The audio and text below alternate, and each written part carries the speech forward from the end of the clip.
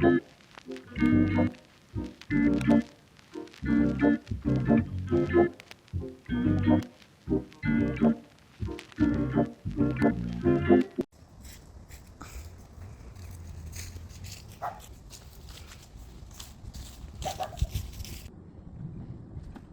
a lovely shower.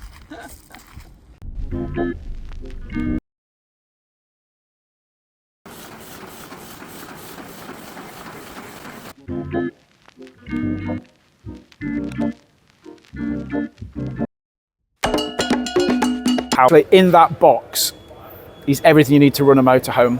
It's got a 160 amp lithium battery. For off-grid use, it works really well. No, we really think that is the way forward. So this van is all electric, internally, no gas whatsoever. And we've been doing this now for about 3 years. About 20% of what we build now is all electric. That's going to be the future of the industry.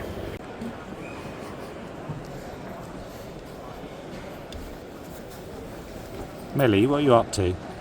I am turned on. Have you done any video yet? Can you see Marcus in the background? Right.